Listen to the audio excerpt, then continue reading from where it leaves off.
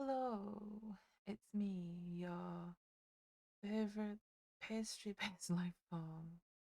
Maybe that I might be the only pastry-based life form out there, but I will be your favorite. I don't know how the mic is sounding right now, so it'd be great if anyone could tell me. I did test it out earlier because if you're not on Discord, you might not know it, but my mic died yesterday. Yesterday, this weekend, last weekend, some point it died, and I bought a new one, which is working pretty well. But I had to redo all of my settings in OBS, and I don't know if it worked.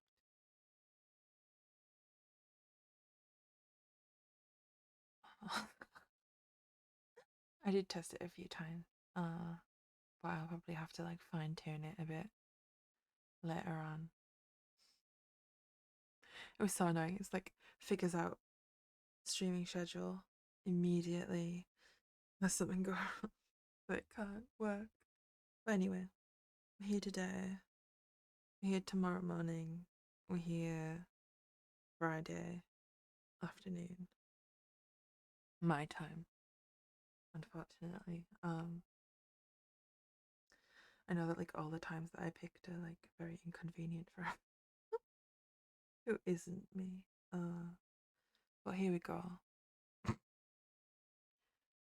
Today we're going to be reading the first 27 chapters of my book that I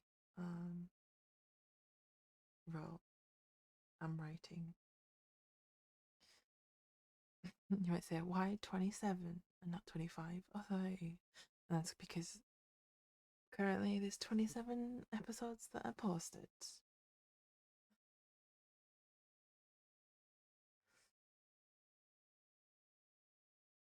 On Wattpad, the hellscape.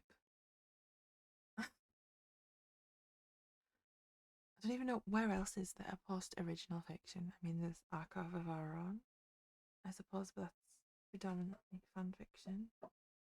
And I don't want to have to make another account. I already have like 3 different accounts on there to separate out what I'm doing. I thought so. Might as well put it on Wattpad. I started making an audiobook of it, so there'll be like a better recording on YouTube eventually of the book. Might as well.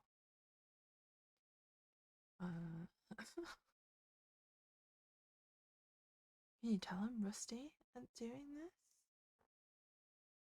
And I keep the spring right next to me and keep twanging it like this by accident.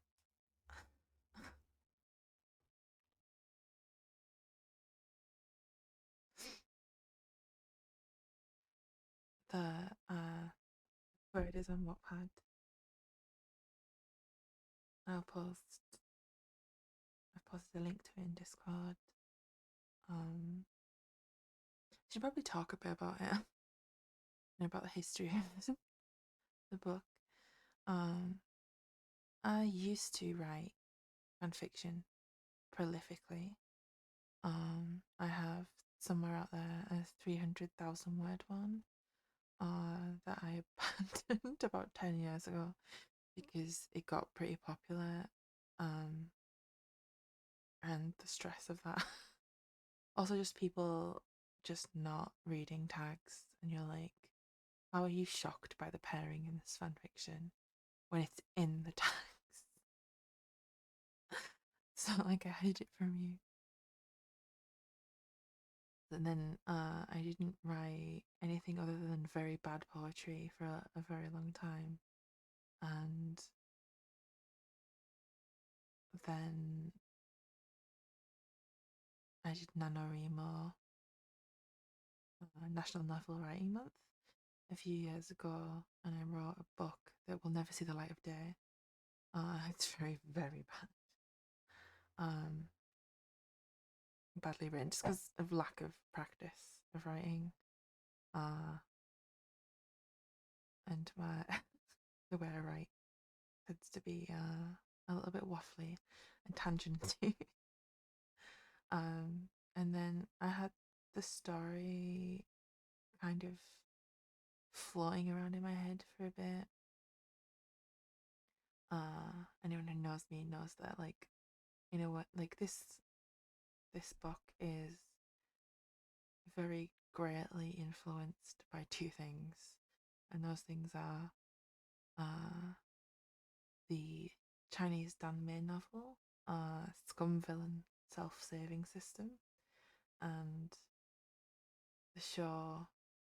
Oh my god, literally forgotten what it's called.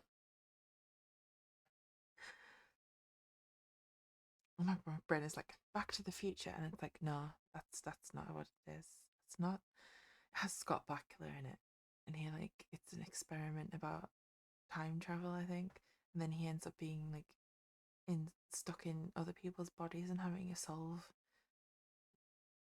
things for them so that he can get onto the quantum leap. That's it. Quantum leap. Now that makes me want to super write a fan fiction of like a crossover of the two. Uh, what do we not love but like an incredibly insane crossover fan fiction?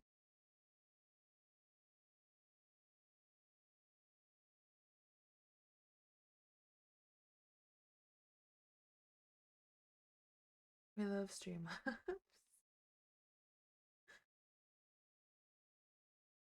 He just really wants you to know where to find the book.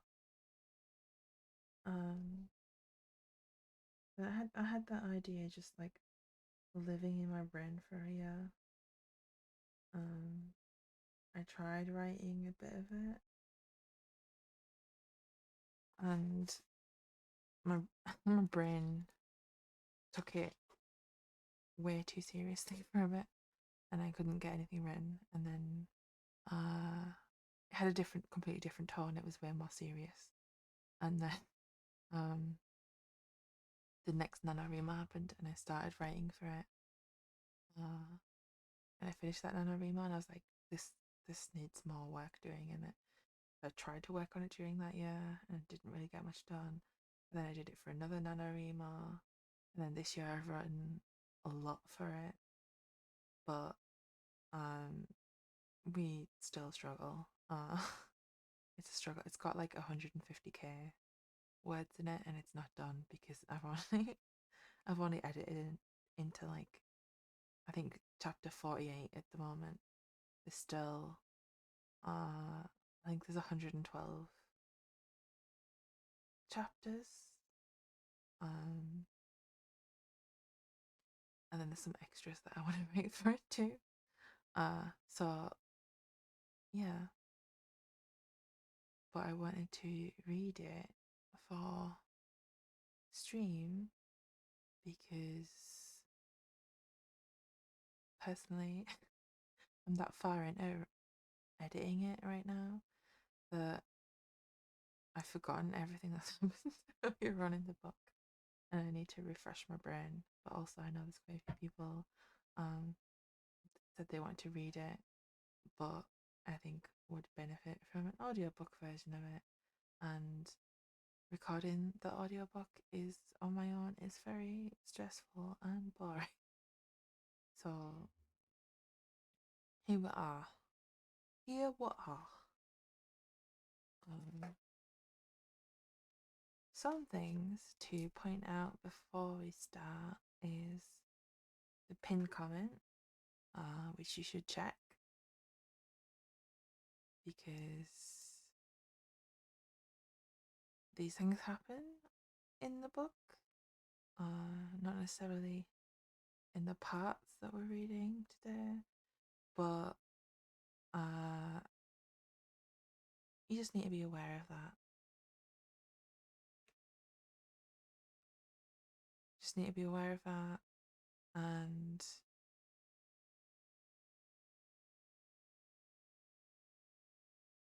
just need to be aware of that for the future. And if you want to go read it yourself, um, I just want people to know what they're walking into, and how to feel comfortable making a decision whether they want to read it or not. Hence why I made the stream uh have a stream warning. Even though it doesn't get that bad. I just feel like you should know. So the title of the book is So I Transmigrated into the Heavenly Realm, and the account that I have on Wattpad is Reflections on the Pool. So it's by Reflections on the Pool, who is me, who is and I am them, and they is me.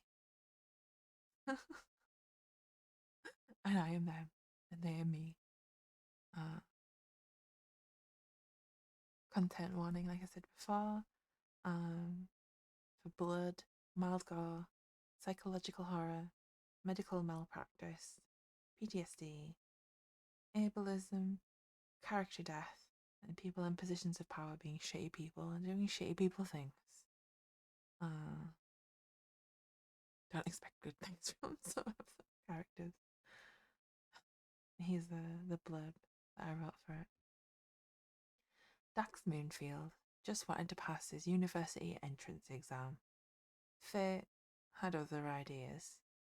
After an interesting accident involving a pot of instant noodles and a computer keyboard, he found himself in the heavenly realm.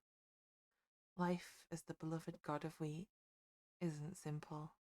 Overprotective deities, a body that's damaged, and a severe lack of believers are just some of the hurdles.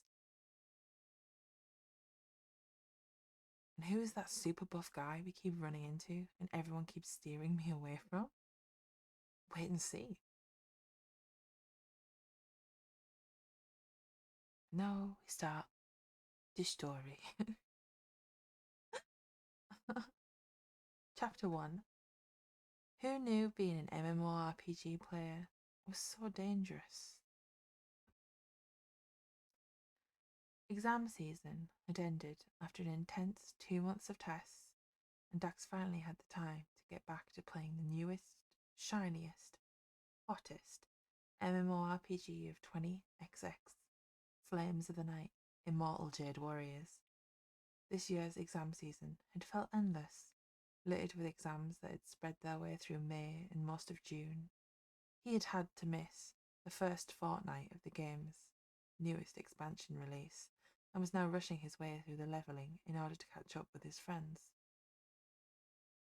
They were waiting for him in a high level area that he was currently unable to enter, so he was grinding XP in the ocean killing sea monsters.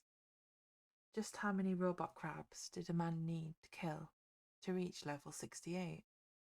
The answer was a lot of crabs. The internet cafe was filled with people. Various other test takers had flooded in here, now that they were free from exam halls and libraries.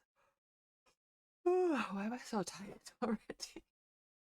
We're like 4 paragraphs into the story. I'm not doing a great job selling this, am I?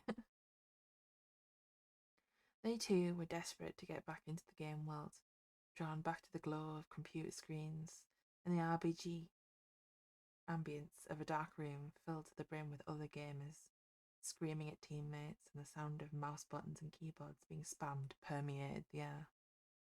Friends don't let their friends play a Federation of Myth, a concerned teen told their friend over voice call, whilst they themselves were actively playing Federation of Myths. Jack snorted, glad that he had been able to pull himself out of the game's thrall, though now he was almost exclusively an MMORPG player, and that really wasn't any more socially acceptable. We love we love you. If you're an MMORPG player, I'm not calling. I was one of you. Dax had to scour the place for a free seat. He'd practically ran here the moment the exam ended, and there were already so many people here, all the way at the other end of the room. He finally found an unused PC in a corner. By the time he logged on, there was barely any time left to level up in order to meet up with his great raiding group, who were already annoyed and waiting for him. It was going to be his glorious return. He'd taken off 3 months in a somewhat vain attempt to ensure that he didn't fail his exams for the sixth time. Not being able to hang out with his online friends or play games had been almost physically painful. Flames of the Night Immortal Jade Warriors was intensely popular right now. Everyone was talking about it, and it felt like everyone was playing the game. The game's search ranking was above the mainstays of the genre, such as Land of Conflict Artistry, Concluding Illusions, Novel Universe, Misplaced Vessel, and Hieroglyph Scenery. It was hard to even make a character right now. People were complaining all over the internet about how hard it was to come up with a username that hadn't already been taken. Player 1, 2, 3, 4, 5, 6, 7, 8, 9, or 1, 2, 3, 4, 5, 6, 7, 8, 9, 0 has already been taken. Please pick a new username and try again. Player FSLRGJDKFLHDLKFGHD LFKGJSORTWITTDFJGHSWRTH89W4 THGDSUFGHSORGH has already been taken. Please pick a new username and try again. Logging onto a server was touch and go too. He really had to give up gaming for that long. The tests were really important for his future. Dax had failed last year so badly that it was beyond embarrassing, and he'd vowed to himself that this year he would finally pass. His parents were supporting him both emotionally and financially. They still believed in him and his ability to get into a good university, even after he'd crashed and failed so badly once, twice, maybe more than twice. Resitting was expensive on its own, and he had done it 5 times. There weren't a lot of chances left. His parents couldn't support him forever. Every time he opened the email from the exam board, it made him want to cry, seeing their faces and hearing their assurances that he'd surely make it next time. The sound of the enthusiasm slowly leaving their voices, and the tightness in their expressions increasing. Wasn't something that he really thought that he could take anymore. Now, all he could do was wait. During the wait, he was going to do everything he could, not to think about the results until they were sitting in his inbox. Eventually, he'd killed enough sea monsters to meet up with his raid team. Beneath the sea, the robot crab people could tell tales of the slaughter brought about by tremendous Dax for millennia to come. Dax's ears were ringing with the noise of the game music, and his fellow raiders screaming information at one another. Over the internet, his fingers that once possessed perfect muscle memory for all the hotkeys he needed were now fumbling around the keyboard. Not quite 2-finger typing, but it certainly was a shambles of a performance. The party wiped, and then they wiped again and again. 3 hours in, and they hadn't made any progress, other than learning 15 different ways to die 30 seconds after an unskippable cutscene. Eventually, the enthusiasm they had all been so filled with started to fizzle away as the process dragged on longer and longer. Members of the raid group started to slowly leave. They had things to do. More than half the raid needed to work or had school in the morning, and eventually only Dax was left in the game. He decided, since he was now alone once more, to switch games back to his old favourite game, to see if he had lost all his skill in that too. It was going to be so annoying if he had. Re-ranking would be a nightmare. Playing it turned out to be more stressful than he had anticipated, or ever.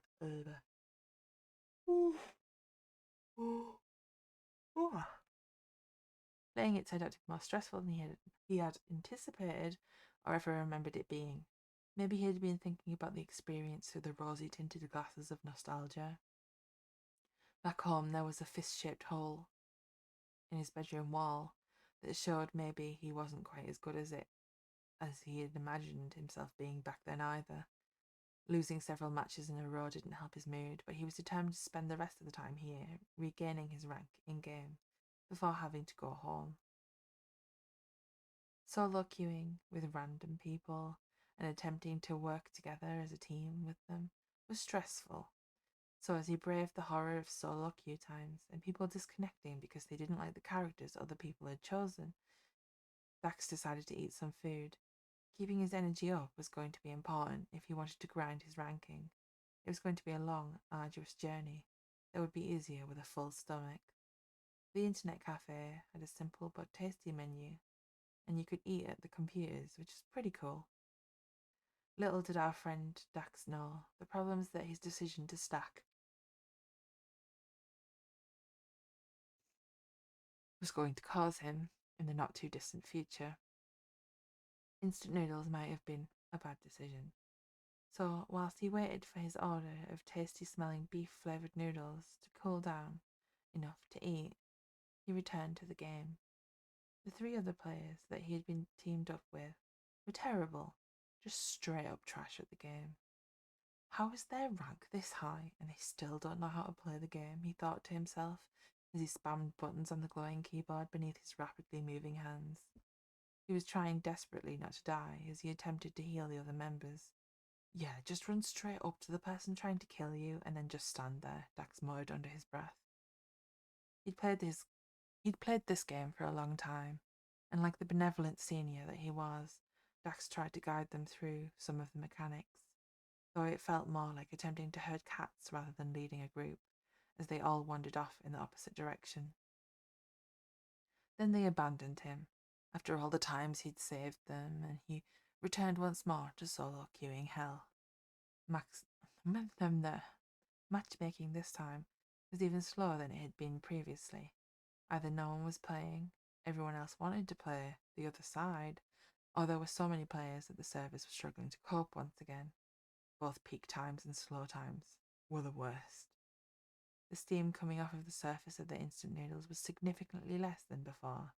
It didn't look quite as scalding as it had earlier, and so, like a total noob at intaking hot food, he attempted to just take a huge mouthful directly from the packaging. It was yet another bad decision. Though the little cardboard pot was vaguely warm to the touch, its contents were as hot as molten lava. At least that's what it had felt like to the inside of his mouth once he'd taken the fateful sip. The burning sensation was so strong that he let go of the noodle pot in his hands, instinctively trying to fan his mouth. It fell directly onto the computer desk in front of him, where it tipped over and spilled all over the keyboard. The manager of the PC cafe might have had entirely too much belief in the patron's ability to not get food everywhere. He stared in horror at the mess. Electronics are not known for their love of hot water. Dax rushed towards it, picking it up to try and drain any liquid out of it before the circuit fried from the deluge flood of beef noodles. There was no way that the owner of the store was going to let him back in after he's destroyed another keyboard. Another one. Another one had succumbed to his rage after a particularly bad Federation of Myths game where he had snapped it in half over his knee. Luckily, the owner themselves, a highly addicted FOM player, had waved off the damage with a promise not to do it again, as they understood the feelings the game could induce. Beef soup dripped from the keys as he vigorously shook the liquid out of the keyboard, desperately hoping its vibrant lights were a positive sign that it wasn't damaged. And then, our dear friend, Dax Moonfield, serial repeater of university entrance exams and gamer extraordinaire, died. Death for Dax Moonfield was a sudden shock of electricity coursing through his body, followed by the uncomfortable dawning thought of, oh no, I fucked this right up. There were mere seconds of panic, and then the sensation of spiraling down into a black abyss. Down in the underworld, in the halls where the deities of death trademark, keep the records of the once living, the staff were busy. Records of everyone and everything that had ever died, from every country and every belief that ever existed, were kept here. The sand that had once been carefully stored in their lifetime is now lying in neatly ordered glass boxes, labelled with the name and cause of death. Unknown miles of stored boxes stretched out in every direction, ever expanding a place where nothing was forgotten. The deities of death, trademark, bustled their way through endless paths between the shelving, accompanied by the soft whisper of rustling fabric. No one had ever died in this manner before. The box associated with Dax's own personal sand fell from the shelf it was lying on and shattered, glittering particles now having escaped their confines, blew on a chilly wind and landed somewhere only one person could have predicted. Mini theatre. Tremendous stacks. This dungeon has so many trash mobs. Apricot camo. Way less than what Tempest makes. Way less than what Tempest makes. Panther Moon 87. Have you ever seen Wailing Moonspire? Handsome and Fabulous 426. More like Wailing Moonspire. 69 Perfect Mercury. We're gonna wipe again. End of chapter 1. Chapter 2. Let me take a drink first.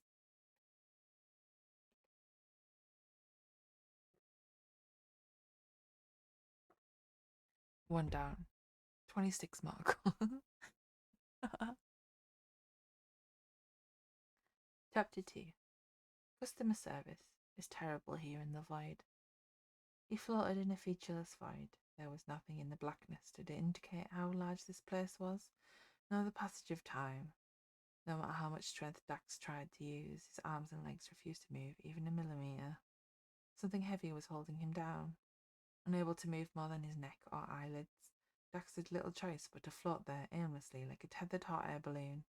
His skin erupted in goosebumps at the coldness of this place, as his brain struggled to comprehend what was going on. Was he dead? Is this the afterlife? He hadn't expected to wake up again, and Dax wasn't all too sure that... Ooh. Just me knocking things off the desk. Don't worry, don't worry. He hadn't expected to wake up again, and Dax wasn't all too sure that he actually was awake right now, and not in some sort of nightmare. If it truly was the afterlife, things were going to be incredibly boring. A golden light flashed in front of his eyes, so bright in comparison to the darkness he was now so accustomed to. He violently flinched away from it. Even with his eyes tightly closed, the light was still painful. Glowing green and purple blobs danced in his vision. Once the pain from the light had ebbed away, Dax was able to cautiously open his eyes once more. At first, cautiously squinting and then rapidly fluttering his eyelids until he could trust his ability to stare out into the darkness. It was still darkness. It wasn't darkness. Stare out into the abyss. It was still dark, though now all the encompassing darkness had been upgraded to the sort of gloom you encountered in horror games filled with jump scares. Dax clenched his fingers tightly together, almost expecting to find a rusty old miner's lantern, a torch, or lighter in it. There was nothing there. His hand clenched on itself, concernedly empty. Motionless and unchanging, the golden light hung about 2 meters from Dax's face. He didn't know what to make of it. Unbidden thoughts of anglerfish came to the forefront of his mind, and he prayed that he wasn't going to get eaten by some deep-sea creature mere moments after returning to consciousness. Dax could feel his heart beating rapidly in his chest as he held his breath, hoping not to alert the thing. The fear brought back some alertness, and his brain started to pay attention to the state of the rest of his body. Bodily sensations rushed back, and they were making something abundantly clear. He'd only noticed the cold at first, but that was just numbing the real problem. Beneath the goosebumps and the sheer overwhelming fatigue pressing down on him like a leaden blanket, every thought manually pulled up from the far recesses of his mind, as if some bucket tossed into a deep well. There was pain. Pain. If he was dead, then why was there still pain? It would be very unfair if there was still pain. Every centimetre of his body felt like someone had hit him with a sledgehammer. As it rolled over him in waves, Dax's ability to pull the rope holding his bucket of thoughts grew weaker. It was the sort of pain that forced thoughts to come in fragments, and a sort of clammy sweat to gather on your face and chest. Thoughts were just scrambled words haphazardly slapped together into something attempting to look like a sentence. Sweat was something that he didn't really have to worry about, as his nerve endings finally bothered to notify him that he was wet. In fact, he was beyond soaked. His whole body was submerged in liquid. That was probably why he was so cold. Dax blinked his eyes rapidly as they began to sting, half expecting to suddenly wake up from this weird-ass dream, but he didn't. Instead of the sparkling blue algae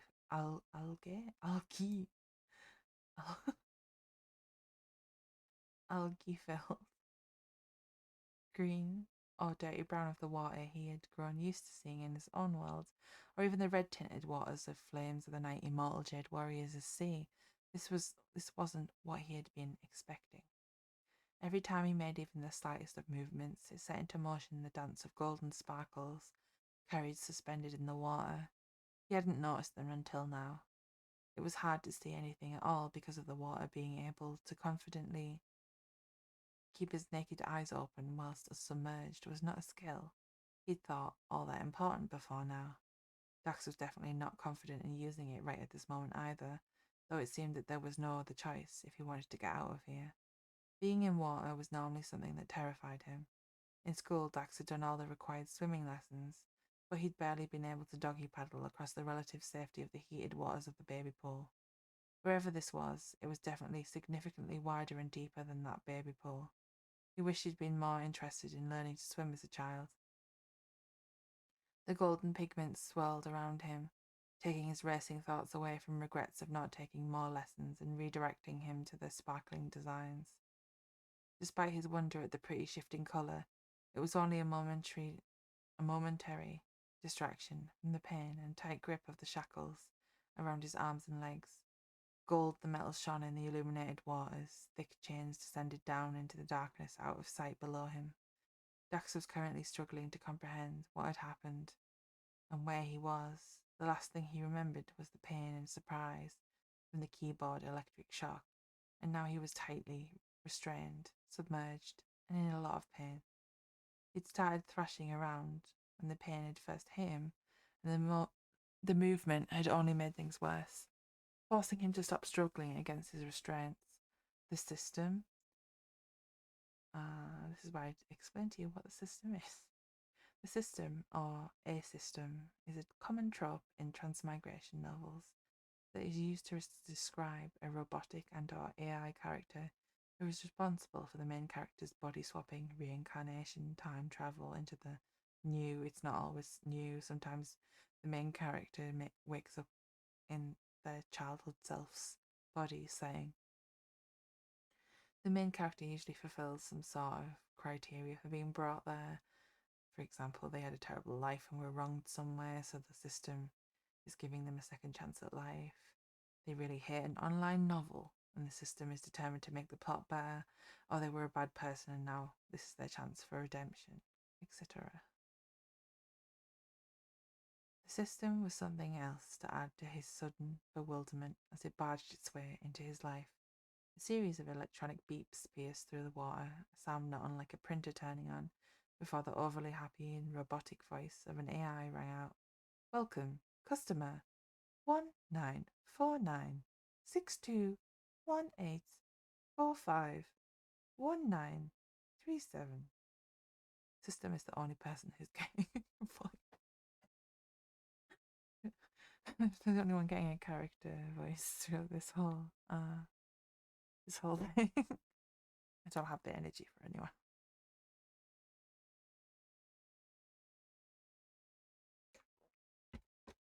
The greeting was followed by what would on dry land have been an impressive burst of gold-coloured confetti. The flakes emitted by a tiny golden orb that was floating directly in front of his face. Right now, dimmed. In front of his face, light now dimmed to acceptable levels. It lasted only seconds before quickly disintegrating into the now gold-stained water like cheap fish food flakes. If he hadn't been in his current absurd position, Dax would have felt sad that it had been wasted and concerned about the potential negative ecological effects. At the moment, though, there were more important things to try and make his brain focus on. The little orb floated before his face as if waiting for him to acknowledge it, bouncing gently from left to right. Within the darkness of the bottom of the lake, Dax stared at it, unable to form any coherent thoughts about what to do. When his brain was finally fully online, things were going to get interesting. Congratulations, Dax Moonfield. Dax Moonfield. You have been identified as a person who died before your destined time, and you have qualified for our first class, second chance program. The mysterious orb informed him in its distinctively not human voice. Dax blinked several times in succession before blurting out, "What the fuck is going on?" "System connecting to server." A statement that was followed by 4 oscillating tones designed very carefully in an office to be calming, before being approved by several committees filled with very serious people. The sort of people that have less personality than a blank piece of paper, and are proud of that. The copyrighted, pleasant tones were already starting to make his head hurt. "Connection failed," the orb stated in its upbeat tone before repeating the music it had played a few seconds earlier. "System connecting to server." Dax found his eyes starting to twitch. He just wanted to know what the heck was going on and why a glowing orb was talking to him. "Connection failed." He unknowingly took a deep breath in and started grinding his teeth, too annoyed to realize that he wasn't drowning. His jaw clicked under the strain. The orb continued its attempts to connect to its server for a while, whilst Dax just floated there at the mercy of its current inability to connect. "System attempting communication repair." Then the orb fell silent, and Dax's brain finally rebooted and began to engage in the problems at hand. He started to panic. Screaming underwater wasn't easy, and it began to pour into his mouth and nose, something it hadn't been doing until now. The very same water that he had been so comfortably breathing this entire time. Dax writhed against his restraints once more, despite the pain that flared up all over his body at doing so. The chains holding him down were strong and securely wrapped around a very large stone that lay half buried in the sediment at the bottom of the lake. Despite all the squirming, nothing changed. Imagine drowning in your second life, 5 minutes after you were reborn. Imagine panicking so much that you accidentally drown when you can breathe underwater, 5 minutes after you were reborn. If the system was online right now, it would have a lot of things to say. Mini theatre. Dax. "I have a complaint to make about what you've done to me. Arthur. Do you want to get out of here?" Dax. "There's a way out?" Yeah, sometimes I appear in this story. In the end, little skits that I put in at the end of every chapter. End of chapter 2.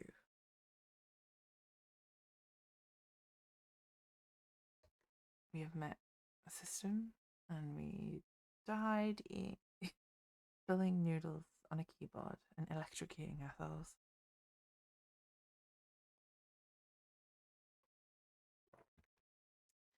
Chapter 3. At least there aren't robot crabs here. Although Dax was chained beneath the water of the lake, its surface remained as still and silent as a mirror. His attempts to release himself, despite the weight and restrictions of the chains holding him down, did little other than to hasten the dispersal of the golden pigment through the water, which glittered in the low light, obscuring the crystal clear waters with its reflective pigment. In time it would sink to the lake bed and lie amongst the fronds of red seaweed below. Time was meaningless here. There was nothing by which you could mark it. No natural light, only the high, rugged walls of the cave that surrounded the lake, and a gentle glow from the mushrooms growing at the water's edge. They were spindly and tightly packed together in clumps, many of them almost reaching the cave ceiling. The flesh of their caps and gills emitted a soft purple light, just bright enough to illuminate the floor of the cave. On a rocky outcrop that overhung the lake, the mushrooms that grew there reflected on the surface. Did I just read this? No, I didn't. Soft though the light was, it was still strong enough to make out the chunks of rose quartz studded into the stone beneath them. Their facets were heavily polished and engraved with intricate symbols for some unknown purpose. A gravel beach surrounded the lake, larger in some spots than others, but gently sloped as if the ground had been softly scooped out to make the lake. The gravel deposit was thick and filled with smooth basalt pebbles eroded from the rock floor of the cave, not the flocked rock. The flocked rock.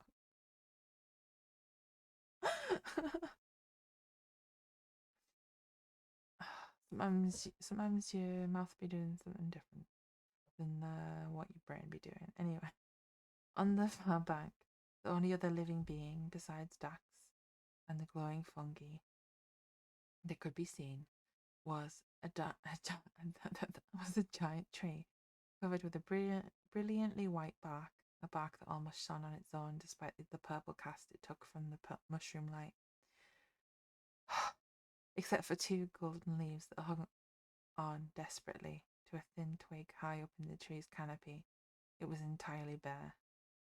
Despite its height, the trunk was deceptively thin and forked into three just below the crown.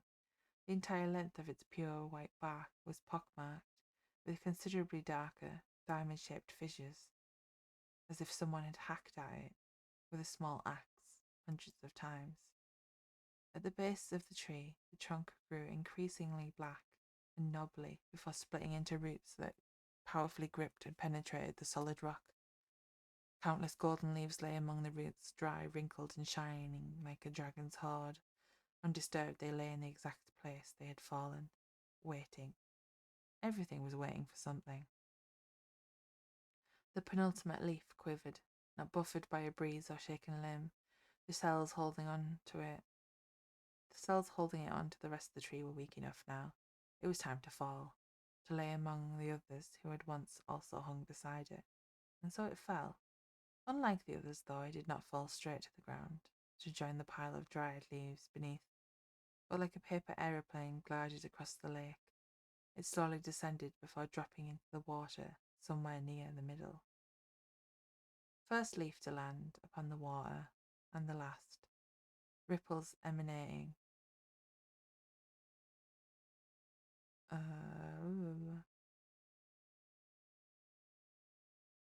ripples emanating from the leaf's point of contact spread out in continuous rings until they reached the lip of a large crystal bell hanging from the cave ceiling directly over the lake. The heavy milky-coloured bell, carved with decorative plants and runes, slowly began to move, pushed by the ripples until it gathered enough momentum to begin ringing. The thin chain swaying as it did so made a soft clinking noise, but it was overshadowed by the much larger sounds of the bell's tolls. Every ring from the bell echoed off of the rock walls of the cave, becoming louder and louder with each toll. Vibration from the sound caused the lake's ripples to increase in size and frequency, jostling the bell with increasing vigour until a large piece of rock fell from the ceiling, crashing into the water. After the initial splash and sloshing of the water, the crystal bell gave out one final, almost explosive ring before shattering. Shards of glass were raining down, piercing the lake bed, and its chains swinging with decreasing energy as it flailed without the weight of the bell that had hung on it for so long. Eventually, the surface of the lake returned to its now glittering, glass-like appearance. All this waiting was finally over.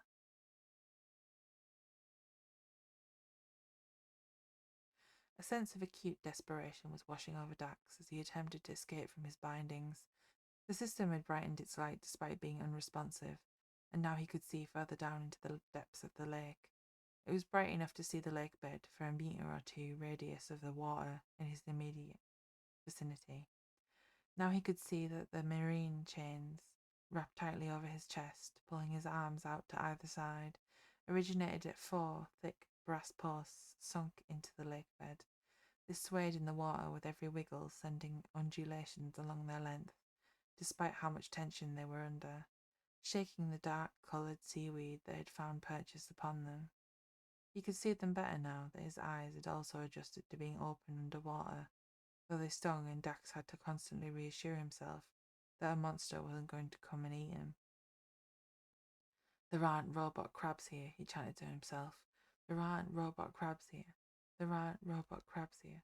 As his brain attempted to show him a slideshow of the creepiest robot crabs he had recently encountered in Flames of the Night Immortal Jade Warriors, boring to fight in game, yet terrifying to think about actually existing. Despite clamping his lips so tightly together that they started to feel numb, a seemingly endless stream of bubbles escaped from between them as Dax wriggled desperately. His little human brain was starting to tell him that it was probably best to just give in and that dying the last time wasn't actually that bad. Maybe he would get a better spawn point the second time round. Chained to a lake bed would certainly not have been his personal choice for a starting zone, certainly. Something like a wagon travelling to the nearest town, or a wide open field, or even the cliched tavern full of people who were conveniently helpful with a rogue/ranger brooding in a corner would be nice. Ow. Oh, my shoulder. Ow. 1 second, I have a cramp in my shoulder. Ow, ow, ow. Just not appreciating the way that I was leaning on it. Ow. Just let this happen, it whispered to him. His limbs were shaking, whether from the cold or the pain, Dax could not tell. Not having to do this was a tempting path to take. Maybe he would wake up in hospital, back in his own world, with his parents scolding him for not being careful enough with hot liquids and electronics. That would be nice, but the tiny little reptilian part of his brain was screaming at him to keep fighting, to keep trying, to keep living. His heart was beating so fast in his chest that all the individual beats felt like they had merged into just one continuous one. Dax started to feel lightheaded and knew that there wasn't much time left. He looked upwards towards the surface. What little light permeated the water this far down in the lake cast everything in shades of blue, but as he looked up it increased in purple saturation. Even if he did somehow loosen the manacles around his around his wrists, around his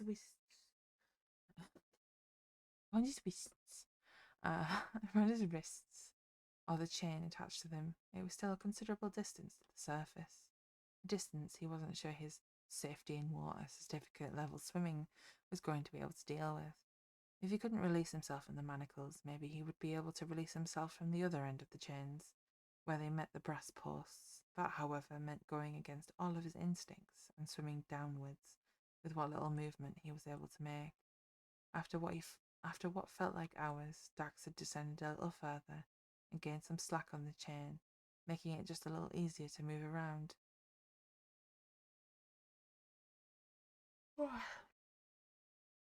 That was very helpful, but now that he could see the brass posts better, he could see the shackles connecting the chain to them. Fuck, he swore, several large bubbles of air leaving his nose and mouth at the sight of them. They were the sort of shackle you attached an anchor to your boat with. Normally you would have to sit and unscrew the pins out of each of them, individually, by hand, to release the chain. Something that would take several minutes, even if you knew what you were doing and weren't submerged in water. Someone had really wanted to keep him down here, desperately so. If he ever found them. Mini theatre. Unknown person. Good thing we put a bell in there. Dax, can you come get me already? I'm freaking out. Unknown person. Takes time to get there, you know. Dax. ... Unknown person. Redacted isn't a small place, you know. Dax. Isn't this a fantasy setting? Unknown person. Doesn't mean we're just going to teleport there for the sake of the plot convenience, you know. Dax. ... End of chapter 3. Ow. Oh, injuring myself so much today. I keep banging my elbow off of the mic stand, and I'm sorry for that. Chapter 4. Let's not get noticed by the god of war. No one is born a deity. They exist simply because humans exist. Humans who look up at the sun that brings them light and warmth, who pray it rises again tomorrow as it slips down over the horizon, and who follow charismatic leaders who promise them the prospect of a better life. Humans who believe in myths and legends passed down from elders, and who find magic in small places. Things exist because they are believed in, for better or for worse. Belief can do a lot. It can make the sun sentient. It can make a pink semi-precious rock lucky. And it can make legendary heroes of people once unremarkable. Unfortunately, it's not purely the good things that can manifest into being. The monster beneath the bed, waiting to grab your bare feet and drag you under with it, really is waiting for you. Its long, sharp claws tapping against the bed frame. The misfortune you subvert by knocking on wood. Well, now you really have to do that because you believed too hard that it was saving you. Tree spirits warding off the fate you tempted in error. But terror is not weaker than devotion. The things we fear have just as much control over us as those which we venerate. Enough concentrated belief can cause even the once most benign of objects to manifest a human form and walk the path of the gods. Similar faith had once made a famous general down in the human world a deity in the War Department, a long and strenuous journey that wasn't for the weak of heart. The prayers of believers were heavy to carry on the shoulders of even the greatest of the residents of the heavenly realm, and not everyone made it up there. The War Department was well known for being overstaffed at the best of times. Humans really liked fighting each other, and everyone had at least one deity they believed was on their side. You really had to do a lot to stand out, and there were very few days off.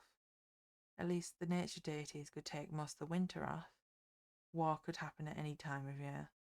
There were many pitfalls that could arise along your path to ascension as a heavenly being. Belief does far more than just create them. It's the power that keeps them alive.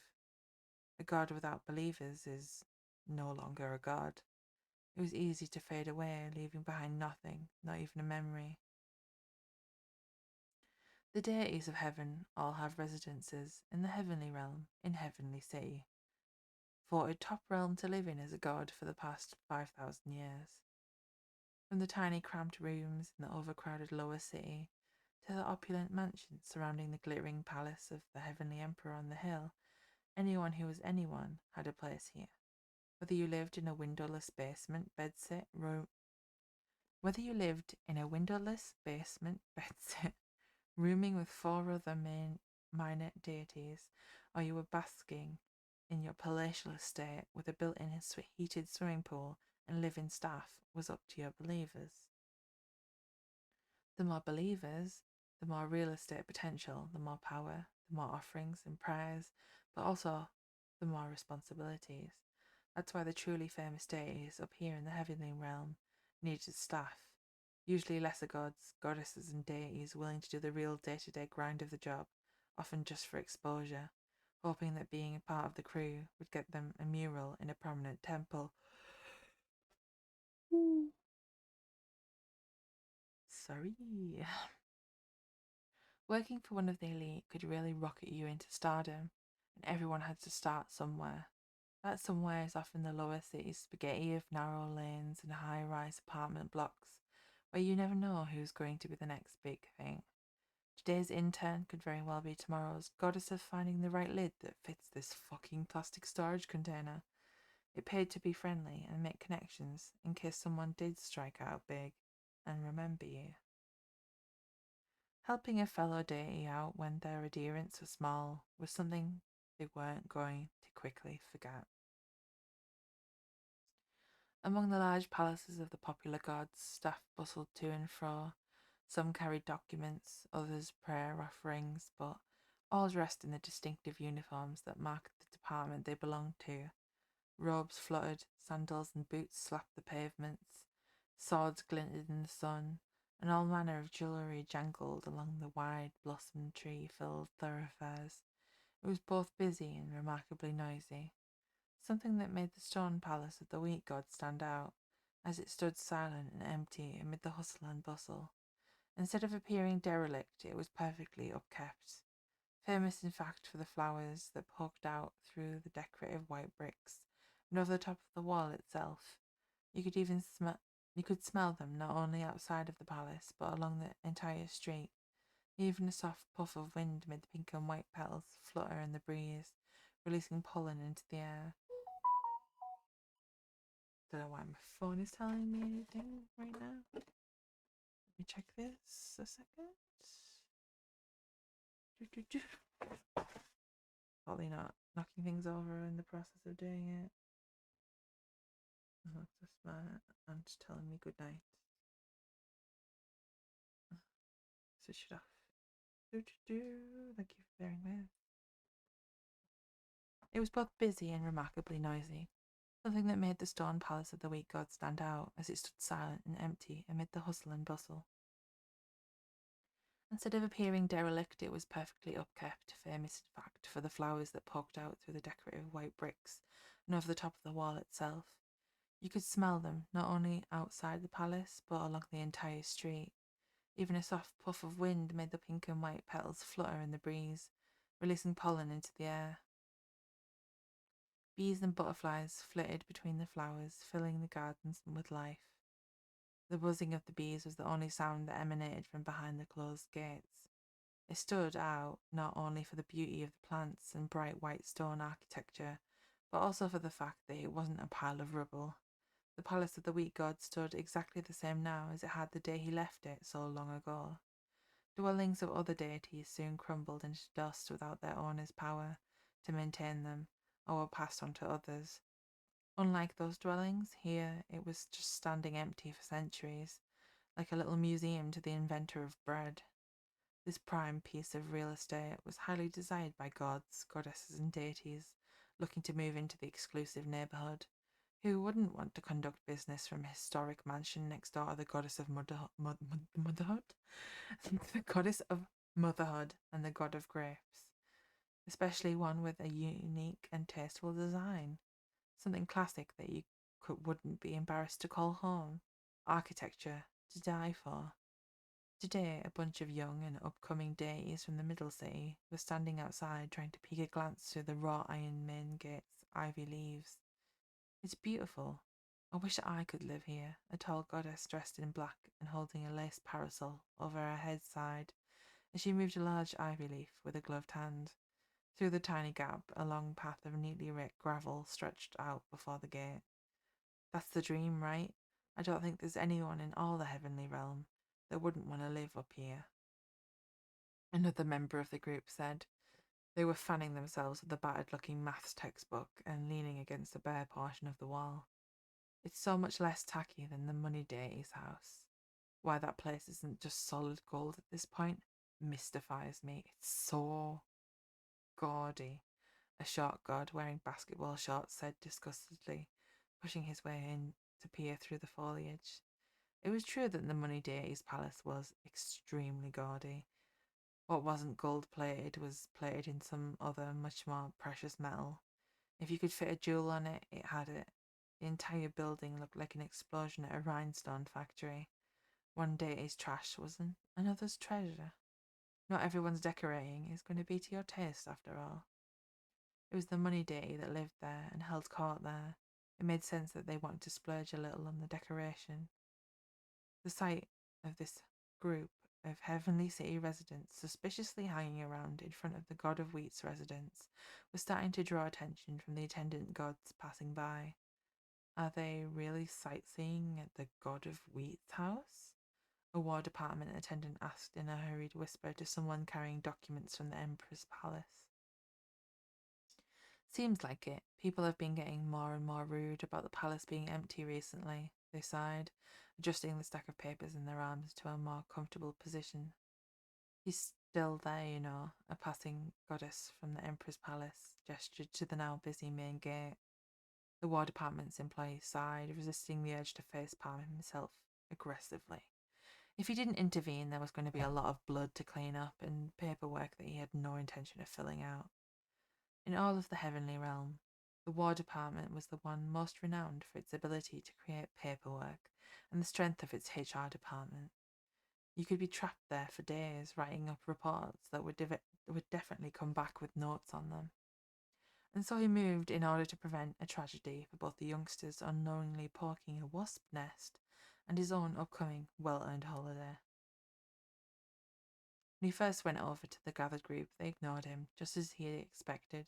Staff of the War Department didn't give up because teenagers were ignoring them, and he tried again with a little more, though this time a little more forcefully.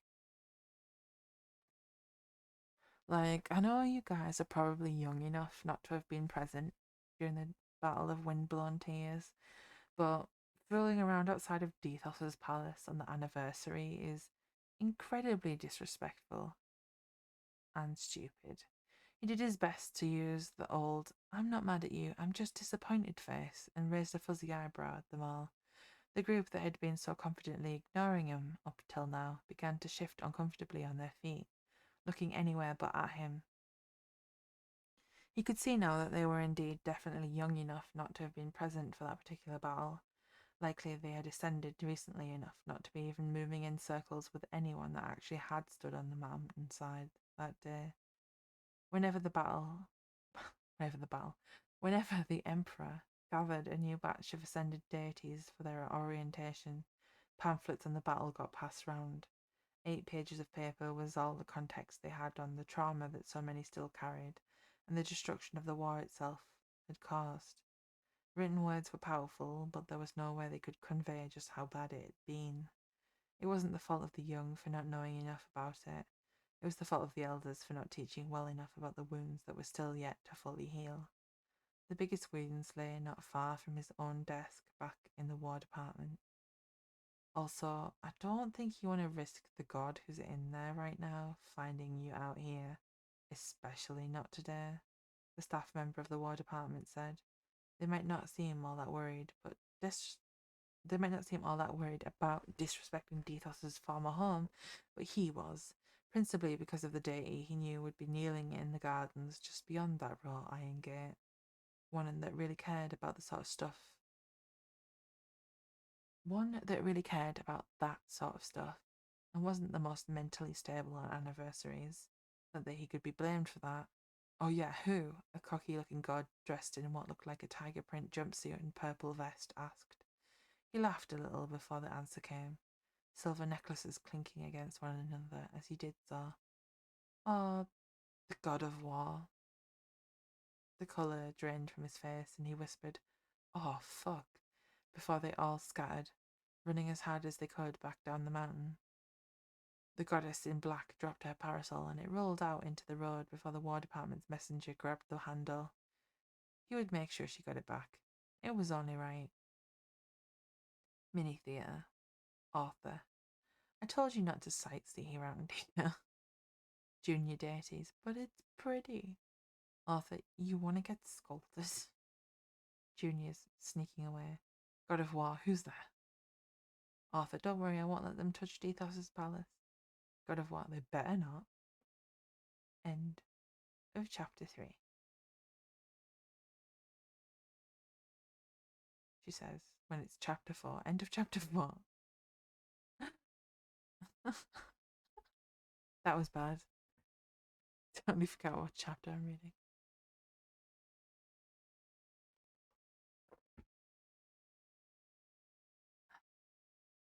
Now we wait for the page to load. What would be like that?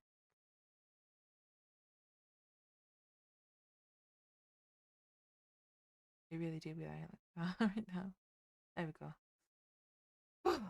That took forever to load. Chapter 5. Office party or war memorial. The palace of the Heavenly Emperor was a sprawling labyrinth, or labyrinth, whichever way you want to pronounce that, of rooms and corridors interspersed with courtyards, orangeries, and rooftop terraces filled with plants. In the centre of the complex was a large ornamental garden open to the air and filled with what seemed like every deity in the heavenly realm. Warm, gentle sunlight filtered through the leaves of heavily manicured laurel and fig trees into the onto the gathered attendees of the event. Not a single leaf or flower was out of place. Trailing ivy and clematis were expertly draped over arches and walls. Roses in orange and yellow hues were mixed in with herbs in borders filled with polished sea glass. Bruised leaves of the oregano and basil plants that lined the paths around the event space gave off a pleasant aroma. They added a calming and homely scent to the heady perfume of the flowers. Gentle music was playing somewhere among the sculptured topiary, loud enough to be heard, distracting but not disrespectful to the nature of what was happening. If any event needed a calming vibe, it was this one. Throughout the garden, deities from both the heavenly realm and the underworld were mixing somewhat awkwardly among the foliage. Dressed in their best, dressed to the nines, gold glittering off of the neck, wrist, and finger, jewels hanging from chains and sewn into thickly woven embroidered clothing. Only the manner in which they dressed really separated those belonging to the heavenly realm and those who resided in the underworld apart. Bright colours, pastels, and brilliant white fabrics being heavily popular in the streets of the heavenly city amongst its residents, contrasting heavily with the dark autumnal dress of the underworld deities. Several thousand years had passed since the Battle of Windblown Tears had ended the war between both realms. In the early days, the attendees had all participated in it in some way, and emotions had run high. Even now, so much time had passed, and the then named Demon Realm had gone through some serious rebranding. It was hard to forget the blood that had been spilled. There were few people now who had been there on the blood-soaked mountainside that were still capable of attending. The original atmosphere of mourning had softly ebbed away, leaving us a formal event to attend. So many deities still attended because of the opportunity to see and be seen. It wasn't often they got to mingle with the deities of the opposite realm, and this was a great networking opportunity. Remembering the battle and the citizens who had fell still happened, but the atmosphere was a lot lighter and considerably more civil. No longer powder keg. I promise I'm not this bad at reading normally. I don't know what's going on. After everyone had had enough time to hang out, meet, greet, and eat a few overly decorated canapes, the real event began. In front of a set of white marble statues stood the Emperor of the Heavenly Realm and the King of the Underworld side by side. Both were wearing armour that felt oddly out of place in the now white-tight atmosphere of the event. They approached the statues together, armour clanking noticeably as they descended the stairs that led down to the fountain. They paced sedate as if both monarchs were leading a funeral cortege. Each statue in the fountain was true to life in size, that each depicted its subject, something that made the previous God of War's figure all the more impressive. He stood over everyone, imposingly, a stern expression on his face, wearing his iconic golden armour. It was embossed with columbine flowers, and featured extremely detailed swans in inlaid mother of pearl. Despite its highly decorative nature, the set of armour had been his favourite to wear into battle because of its comfortable fit. His right hand was holding a sword outstretched as if he was still fighting an invisible opponent. Blood dripped along the blade down into the decorative reservoir of the fountain, where it diffused into the water.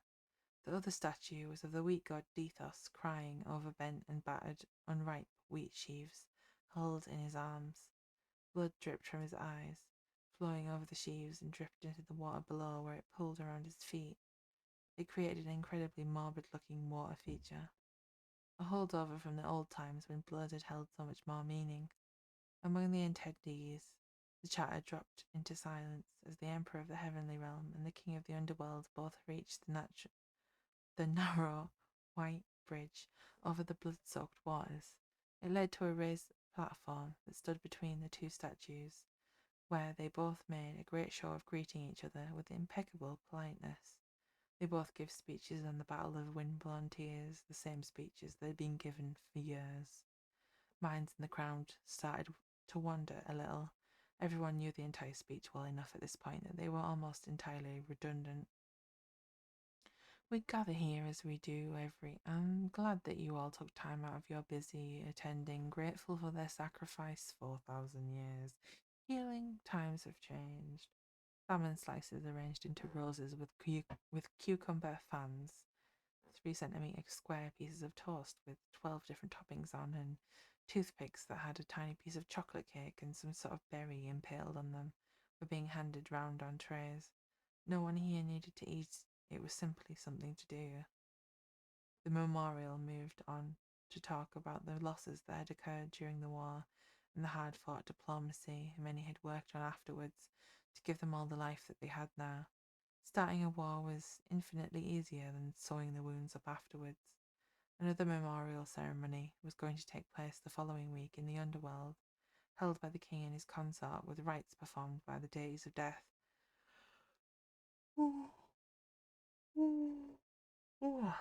Sorry. It was a noticeably more solemn and less well attended function than this one. Praises were said for the former god of war, and a small offering of a golden knife laid in the flames at the feet of his statue, before attention turned to Dethos. With the change in attention, so too did the mood of the room change. It was one thing to phase out during speeches for a god of war who was dead, gone, and already replaced, another to do it when the god of wheat was mentioned. The head seat at the War Department was somewhere that could never stand empty for long. Humans were always going to need a god of war. Unlike him, there was still hope for the god of wheat. His palace stood empty and his responsibilities left undone. That hope was slowly droning away as time slowly slipped by without any word. With every year he did not reappear amongst them. Together the two leaders held up a small carved crystal cups filled with whiskey in one hand and a small loaf of seed-encrusted brown bread in the other. The Emperor of Heaven and the King of the Underworld both recited Dethos's most popular prayer together as they placed their offerings. It came from thee, and so it returns, through our hands, relieved of winter's concerns. Each loaf of bread was carefully balanced in the statue's outstretched hands, alongside the damaged wheat already held there. When the King of the Underworld set the bread on fire, the garden filling with the scent of burnt toast before they both poured the whiskey reverently at his feet. It pooled there, floating on top of the blood-stained water for some time before they began to mix together. The King of the Underworld looked out into the crowd whilst carefully pouring his share of the whiskey offering. It was nice to see so many people here still, after all this time. But as he took in the faces of the deities here, he noticed someone was very visibly missing. Someone very important. Someone that, now he came to think about it, was never here during the ceremony. Current god of war. Mini theatre. Dethos. Blood. A blood water feature. That's what they decided to make. Former god of war. I like it. Dethos. You would. End of chapter 5. Chapter 6. No Prosecco for me. I'm too busy brooding. Despite his conspicuous absence during the offerings, he had actually been there. Every year, as many members of the War Department who could be spared attended the event. No matter how packed his schedule was, the God of War was always one of them. The memorial ceremony for the Battle of Windblown Tears wasn't something he was going to miss. He was also first to leave. Once the whiskey hit the feet of Dethos' statue, the God of War was already turning to make his departure. The ceremony was important, but there was no need to stay for cucumber sandwiches, prosecco with tiny slices of strawberry, and the endless questions about how he was feeling. Prying questions from people who only feigned interest in how he was doing on days like this, yet never talked to him on any normal day of the year. They grinned, showing perfect pearly white teeth, as their jolly inquiries reawakened his veteran's horror. He didn't want to answer any of them. The horror of it all wasn't real to them, and it was blatantly obvious to anyone that he wasn't feeling great. What was it like when you stabbed Bulmar? Some bright-eyed love goddess asked, holding a delicate glass in her right hand filled with a disturbingly blue-coloured liquid. He hadn't even seen her, so focused he was on getting to the doors. Bulmar was a name that could still derail him from what he thought from that though, as his feet planted themselves into the decorative paving despite himself. The muscles in his jaw tightened. Her left hand patted him on the arm, and it had less of a reassuring impression than she had probably intended, as it drew his attention to the gilt flowers which ran along the edges of his pauldron. Flowers he wanted to bring with him, even on a day like this. They shone in the bright afternoon sunlight streaming into the ornamental garden, another reminder of what had been lost. He really should have had the red enamel added to them like Dethos had suggested. It would have been it would have been would have been The god of war gently removed her hand from his shoulder and let it flop like a dead fish to lay against her side, before continuing his escape of the cocktail hour. A smile similarly fell, leaving a frown in its place. Not that he really cared. Getting out of here without getting pulled into further conversations was taking every ounce of his attention as he squeezed through the crowd. Every year the raw agony that accompanied his personal memories of the Battle of Windblown Tears grew just a little duller as it faded almost entirely from the collective memory. There were so few familiar faces standing here now. Every year the number of deities that remembered the Battle of Windblown Tears dwindled. Those who had actually been there, that had fought in it, who had seen the destruction of life and nature it had left in its wake. Well, they were basically an endangered species now. The whole ceremony was slowly changing from the solemn, tear-filled gathering of veterans from both realms, created in the aftermath of the war, to more of a celebration of life. That couldn't be helped. Ceremonies shifted meaning slowly over time, even among the gods. What he couldn't stand was how it was slowly erasing the other people who had died in that campaign. The Battle of Windblown Tears was just the last battle in a war that had killed a lot of deities on both sides. There was a reason the War Department had its own memorial. In the early days, there had been at least the comfort of those he had fought alongside during this event, either comrades whom he had trusted with his life, or the people who had once been on the opposite side, and knew as well as he did the pain of loss. The deities of death had held the deities of death had held the inconsolable in arms that promised the dead were not lost, for so many had died. The deities of heaven didn't even have graves. Gone. They were just gone. Forever. Only their lifetimers in the halls of the dead proved that they had ever existed. He didn't remember when the statues had been made or who had done them, but the likenesses were painfully true to life. Sword outstretched, his former mentor looked down on him, and he wondered what he would have thought of his successor. There had been a vacuum in power in the absence of the former god of war, and he had been pushed into the role by his believers.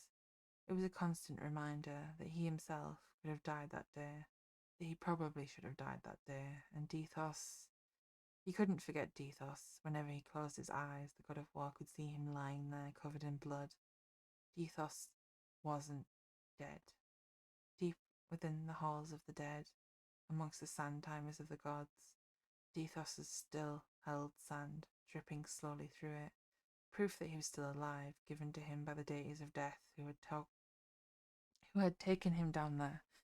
In the depths of his despair, everyone had been worried about him, and the deities of death had taken him into their soft embrace to give the god of war something to keep living. Although it had given him comfort, the passing centuries without his return had added to both his misery and determination. After what had happened and what he had done, There was no way he could stay here and chat casually whilst looking up at the crying face of the weak god. The blood really had been the final straw. He'd braced himself for its sweet metallic scent. The longer he was here, the stronger it seemed to grow. Memories of the battle were the closest to the surface on these days, when they gathered to remember, and the sight of the bright red liquid dripping from Dethos's statue was too much. Did they really need to make his statue cry blood from his eyes? Was that really necessary? His throat tightened, and he could feel himself breaking out into a cold sweat. The fancy crystal glass in his hand shook, contents sloshing rather dangerously from side to side, threatening at any moment to spill all over the front of his armour. Whoever thought that a blood sacrifice was something that needed to happen during the ceremony? It felt like the amount of blood involved increased every year. He used to be better at dealing with it in the past, but then it had been drops of blood. Now you could basically swim laps in the fountain. He almost gagged at the thought, downed the last of his drink, disposing of the glass by shoving it into a nearby bush. Several deep breaths through his mouth later, the god of war was feeling like he was on a much more even keel, and continued his efforts to get out of the ornamental garden, filtering slowly through the crowd until he could leave the garden through one of the doors before breaking out into a sprint. The juniors of the war department nudged each other discreetly at the sight of him leaving. A select few broke away from the group to follow him, discreetly. Passing through the heavy metal gales. Passing through the heavy metal gate, he slipped away from view. Abundant flowers from the garden blocked sight of him from the street, even through the decorative brick lattice. Only a single strand of ripe wheat laying in between two cracked flagstones was evidence that anyone had been here at all. Despite this, the juniors of the war department didn't need to see him to know his destination. It was the same place he went every year on this date, after the ceremony became too overwhelming. The routine held, the seniors said, for several thousand years. In the central courtyard of Dethos, the god of wheat's palace, the god of war, still in his ceremonial armour, was kneeling in the gravel. He fought the urge to just flop forward and prostrate himself, fully there in the garden. The wheat god wasn't one to condone such actions. He was kind and too forgiving. A pained smile crossed the god of war's face at the thought of what he would say if he saw him kneeling there in the gravel. He was ignorant of the racket made by the sightseers outside being wrangled by Niwes, instead staring unblinkingly into the room directly in front of him. Behind its open door hung a painting of Dethos, its golden paint shining in the sun. This year felt different. His grief was spread thin, but the crevices and canyons it covered were still as vast and deep as the ocean. It felt like he could slip at any moment and plummet back into the raw agony of the past, which had nearly taken his sanity. Climbing up would not be as easy a second time. There had been no war to distract him for quite some time now. Peace left him with so much free time to think about his memories and mistakes. A red flower fell from the flowering bush beside him, and it landed on one of his pauldrons, a lookalike of the armour's own gold ones. He shifted his position, knees complaining at his treatment of them, and it fell onto the floor. His hands felt too big to touch it, too big not to crush it between his long, scarred fingers, accidentally, but it was Dethos's favourite flower, and so he scooped it up as if it was a newborn baby. It felt like a message from the other god, and at this point, he'd kill purely to even get the faintest message from Dethos. Not that he deserved one. Sorry, I'm getting burps for some reason now. Yawning burps. You've seen it all. He knew that other martial gods were worried about him, and frankly, they were right to do so. The god of war was worried too.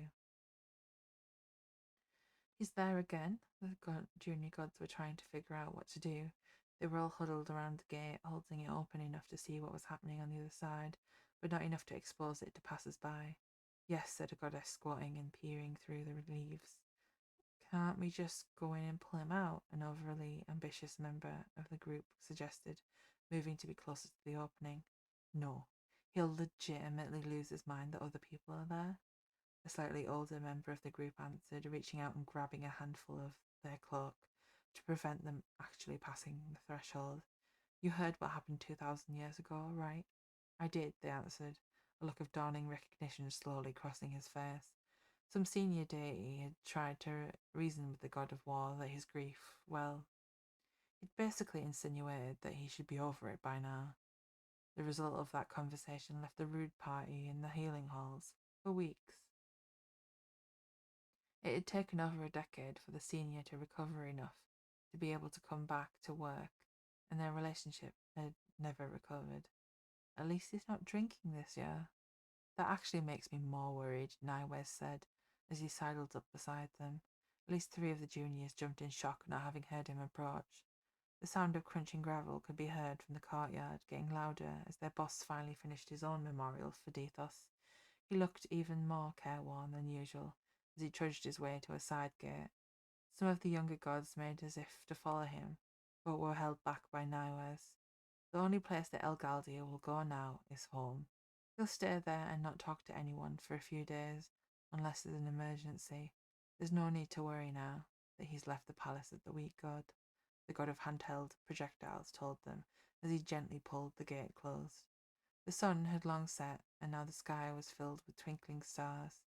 Down every street and alley you could hear the drunken singing of people leaving the palace of the heavenly emperor. It was time for them to return to the war department. This visit was longer than it was last year, Naiwes sighed. Mini theatre. Elgaldia. Blood? Really? Emperor. It's thematic. Elgaldia. You ever thought that some of the people that actually fought might have had bad reactions to seeing statues of people that died horribly in the war standing in pools of blood? Emperor swallows nervously. Farmer God of War. Well, I personally appreciate the effort.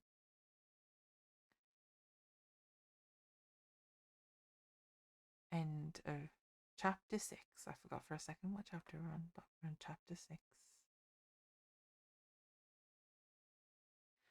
Chapter 7. Cold but free. Dax was still trapped at the bottom. Dax was still trapped at the bottom of a mysterious and badly lit lake. Escape had seemed entirely impossible once he had been conscious enough to notice the shackles around his wrists and ankles, but his attempts hadn't been for naught. Constantly wriggling around like a worm had shaken the chains enough to unscrew one of the bolts anchoring him to the lake bed. Now, with a free hand, he could reach to pull himself along one of the chains, aiming to undo the rest himself. Just as he had started this mission, though, a loud scraping noise could be heard from below him, and the 3 remaining bolts fell. Brass poles their shackles had been attached to sinking below the rocky bottom of the lake. I hope they still have the receipt for those, Dax thought to himself, as the shackles still attached to him fell away, as if someone had just invisibly inserted the key. They too sank lazily through the water until they could no longer see them. Limbs that were still stiff and painful after being restrained so tightly flapped around as Dax attempted to swim. Uncoordinated flailing was all he could manage to produce, as tired and leaden as he felt, though that did not seem to matter as bubbles surrounded him, bubbles that propelled him upwards towards the surface, to freedom. Dax found himself rocketing up to the surface of the lake like a balloon full of air. Pain in the coldness of the lake water had been able to mask. Thus far was seeping back into his consciousness. As his head popped out of the water and Dax sucked in several large gasps of air, he choked when his face dipped beneath the surface as he struggled to tread water. Every muscle in Dax's body was straining in an attempt to reach the relative safety of the lake shore. The dark rocky pebbles of the shore seemed miles away. All he wanted to do was sleep. His arms and legs were cramping from his previous fight against the chains. He was beginning to feel lightheaded. Every flail of his limbs caused ripples on the surface, causing the bell suspended over it to ring continuously, as each of them disturbed it.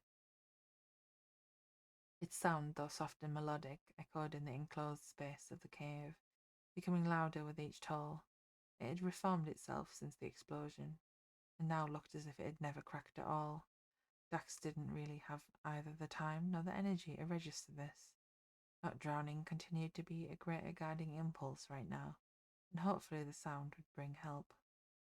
The last few meters of swimming, where the water was shallow enough that he had to actually support his own body weight, felt like torture, muscles burning after being unused for such a long time. Grey sand slowly turned into gravel, and then to pebbles, as he made his way up the lake shore. It crunched underneath him, disturbed by his weight, causing him to slip backwards towards the cold water. Once Dax was absolutely sure he wouldn't drown if he laid down and passed out, his arms gave way, and he flopped down onto the ground.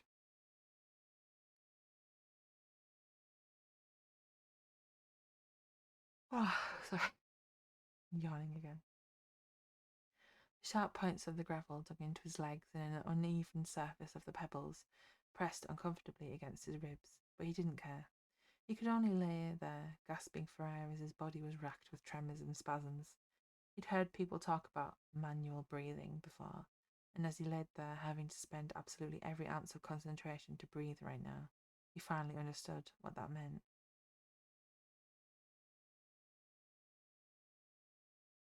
The world felt like it was moving underneath him, and Dax closed his eyes in an effort not to throw up.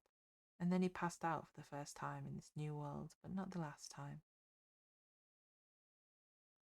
When Dax finally regained consciousness, he had gravel indented into his chin and left cheek. He had no idea how much time had passed since he fainted, but his whole body was still shaking. It was less from the pain right now and more from how cold he was. The water had been freezing cold, and the temperature of the cave was not much higher. It was so cold.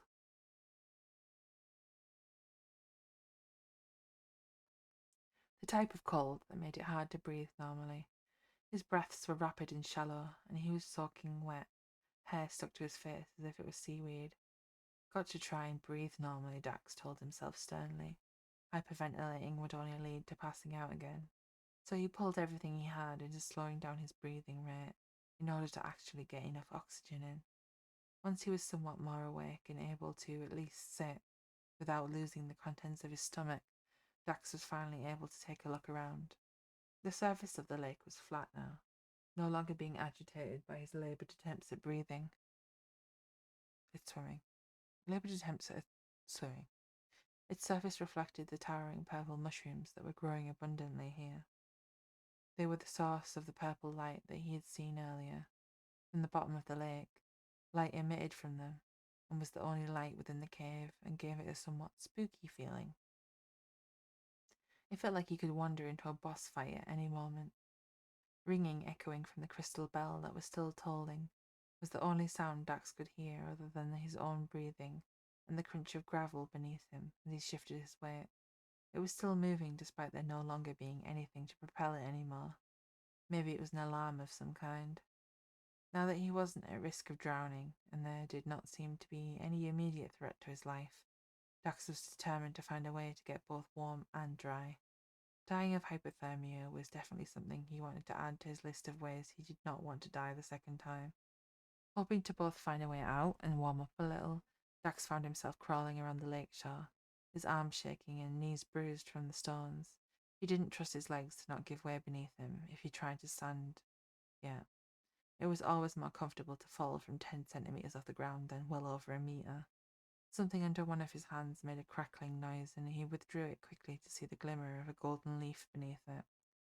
Dry leaves were better than nothing, but one was certainly not going to be enough for a fire. Help me find some of your friends, Dax said to the leaf, holding it by the thin and brittle stalk. Together they moved along the shore, collecting more and more of the shiny leaves, with only the dim light of the cave mushrooms to navigate. He was careful not to get them wet, otherwise any hope of having a fire would go right out of the window. Moving around had warmed him up enough to be able to have thoughts that weren't purely about immediate needs, and Dax remembered something that might have answers. System, he said. System, he asked, but there was no answers. Hey, system! It felt rude to shout, but the system was the only other thing here that could maybe help. Talking to a dead leaf could only get you so far. His voice echoed in the cave before eventually dissipating. System is attempting to repair connection. Please remain calm. The AI finally responded after playing its heavily copyrighted four-note greeting music. It emerged from wherever systems go when not actively being used and bobbed gently by his head once more. Dax's face fell. Even this mysterious system wasn't able to help with whatever this incredibly weird situation was. Attempting to repair connection. Please remain calm. We value you as one of our precious customers. The four notes of the greeting tone played again, and Dax could already tell that he was going to become highly irritated by them in a very short amount of time. When did I give you any money? Since when was I one of your customers? Why is the connection in here so bad? He grumbled. It was one thing if all of this was something that he'd asked for, but but for something or someone to scoop him up and not even seem to have things organised was another. Can I at least get kidnapped by competent people? Dax asked. He walked round and round. He walked round and round the wall of the cave, looking for some sort of exit, leaving puddles of water and wet footsteps in his wake. Despite his efforts, there didn't seem to be one. Not even the smallest crack or hole that he could take as a direction to even think to dig in. Digging through rock with only his hands wasn't going to be quick nor a painless activity, and it would be nice to be doing it in the right direction. Just when he was starting to lose hope that there was anything other than glowing mushrooms, gravel, and the lake here, Dax stumbled upon a small building. It was a temple. Very small and rather old-looking temple, but a temple all the same. He peeped his head through the doorway around the door that was hanging open, expecting the room to be dark. In defiance of his expectations, though, the small inner and outer rooms of the temple were lit by the glow of a fire. They looked like they had been empty for a very long time, but they remained clean looking despite that. Dax rushed his way over and into the outer room, his bare feet thankful to no longer be treading on gravel and uneven rock, though they were too numb with cold to fully register the pain. There was nothing in or on the temple at a quick glance to suggest to whom or what the temple was dedicated, but he made sure to thank them anyway. Thank you, thank you, thank you for being here. Please let me take shelter here, Dax said, through chattering teeth. The warmth of the fire made him feel icy in comparison.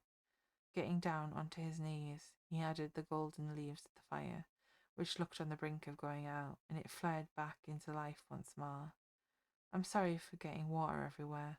I promised to clean it up later, he profusely apologized as he stripped off his wet clothing. It was heavy and fell with a thud to the wooden floor of the temple's outer room, leaving a not insignificant pool of water there. After fighting with the small buttons of his clothing, his still stiff-feeling fingers found the mass of wet bandages that lay beneath them. There was barely an inch of his torso, arms, and upper legs that wasn't crisscrossed with sodden fabric dressings. These too would have to come off. Dax supposed, as he looked at just how wet they were. Untying them proved to be difficult, as his shaking hands made the knots very hard to loosen. Who tied these? He grumbled to himself, as he wrestled with particularly hard to loosen knot.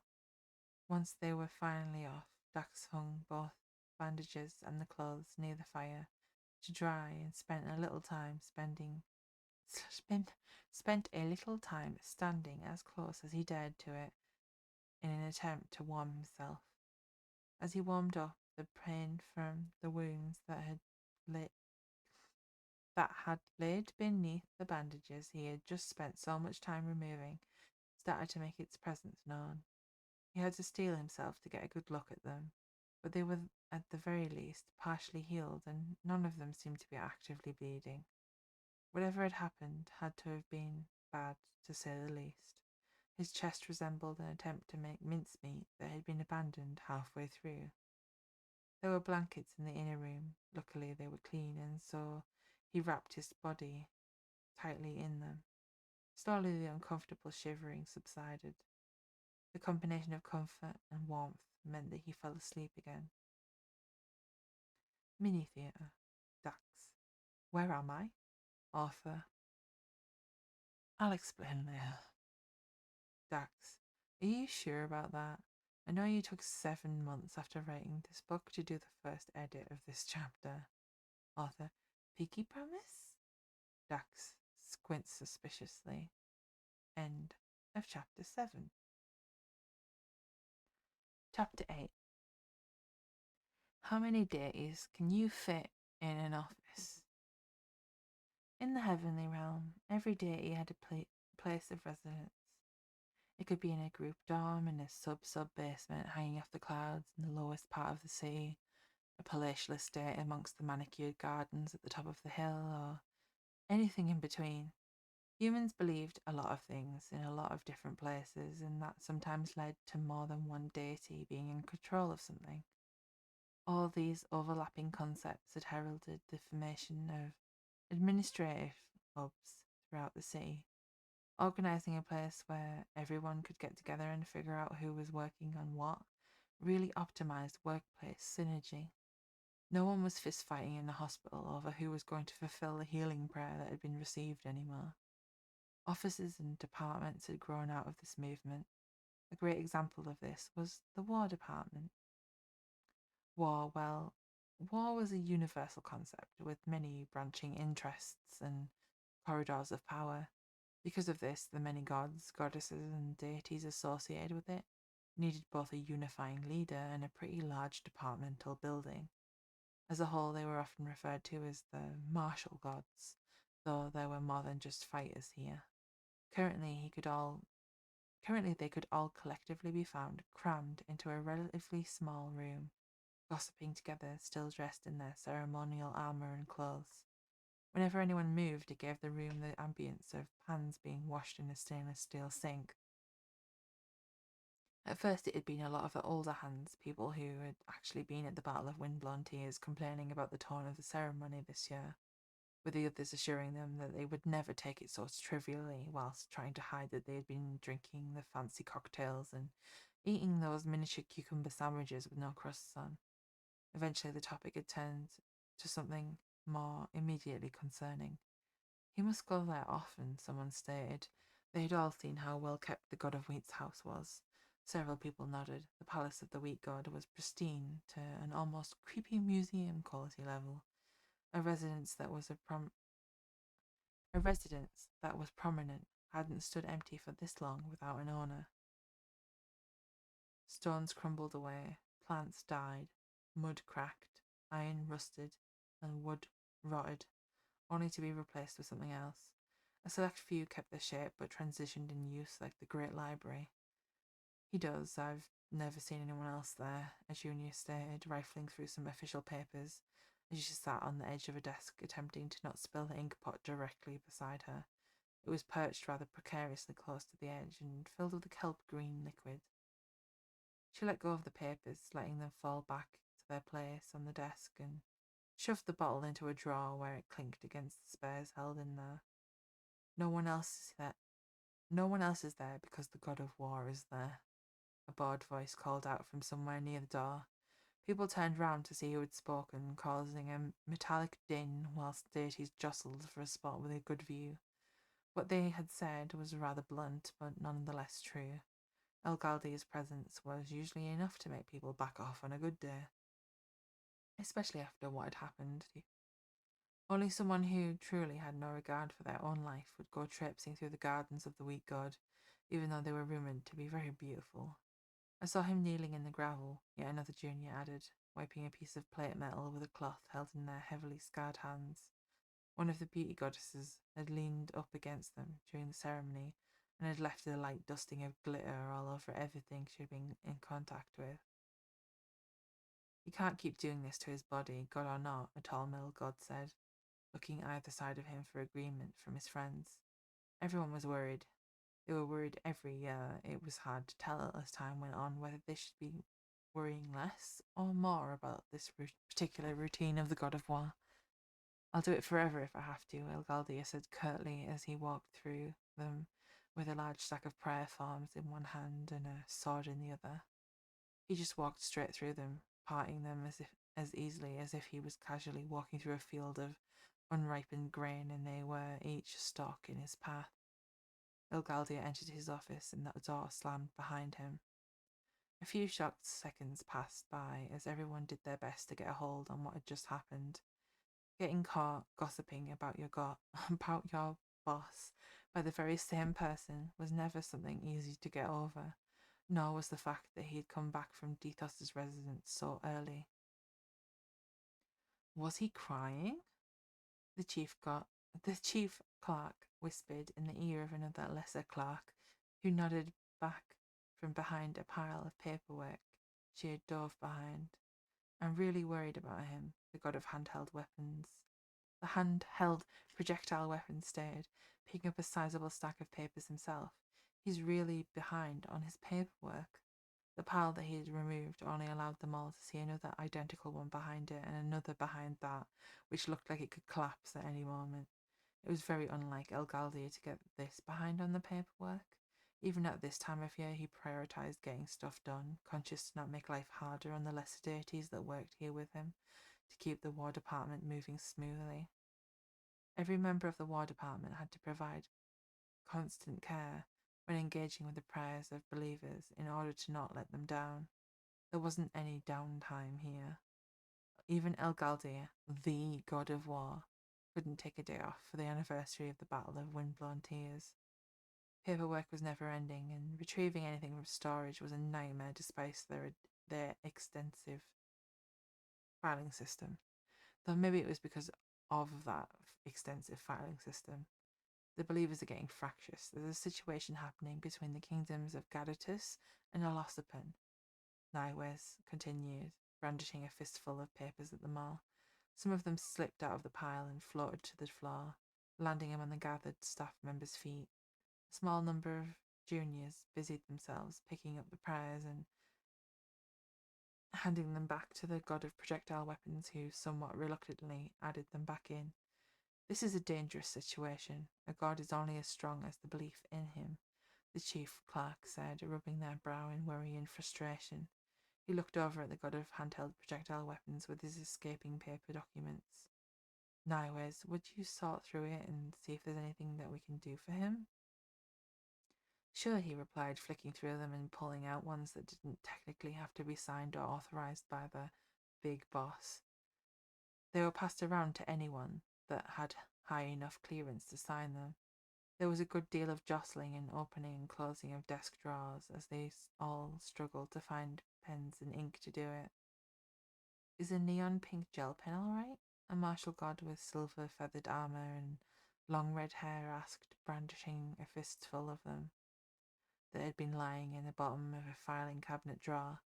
The deities involved in their administrative elements of the War Department sighed but allowed it. Getting things signed off on at the moment was more important than the unknown light fastness properties and readability of the brightly coloured ink. The rustling of papers, arguing over pens, squeaking of drawers, clinking of armour, and general annoyance at so many people bumping into one another was interrupted by the sound of a bell. Ting! Though its tolls were gentle, the sound pierced through everything else that was going on. Ting! The first toll could have been mistaken for something else, but it continued ringing as the room fell silent. Ting-a-ling! On the fourth toll, the god of war burst out of his office with a wild look in his eyes and black ink dripping down the front of his clothes. his hand on the hilt of his sword now sheathed at his belt. The wooden door of the room slammed backwards against the wall so hard that it completely fell off of its hinges and collapsed onto the floor with an echoing bang. The deities gathered in the room squashed themselves against the walls hurriedly as Elgaldia sprinted through the room and into the city. It took a while for the staff that did not follow him to gather the papers up once more. Mini theatre. Martial god. Why are there 15 empty pens in this drawer? Administrative goddess. Sentimental reasons. Nah, Wes. I guess I'm gonna have to go chase him again. Chief clerk. How could you drop all the papers? Do you know how long it took me to organize them? No one values what I do. End of chapter 8.